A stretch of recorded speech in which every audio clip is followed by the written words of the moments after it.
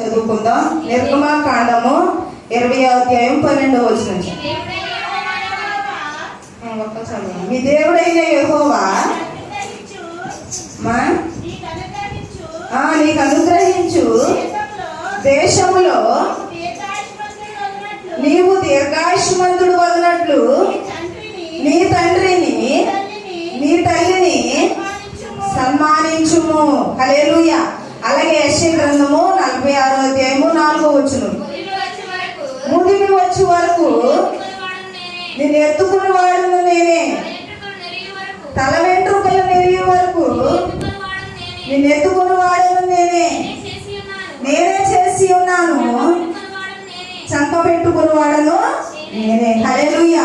అలాగే నెరవేర్పు వాక్యం చదువుకుందాం. యోహాను సువార్త 19వ అధ్యాయము 26, 27.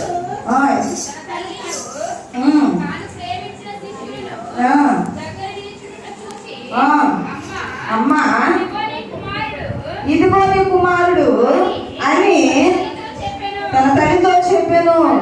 తరువాత శిష్యుని చూచి ఇదిగో నీ తల్లి అని చెప్పాను. ఆ గడియ నుండి ఆ శిష్యుడు ఆమెను తన ఎంట చేర్చుకునేను. హల్లెలూయా.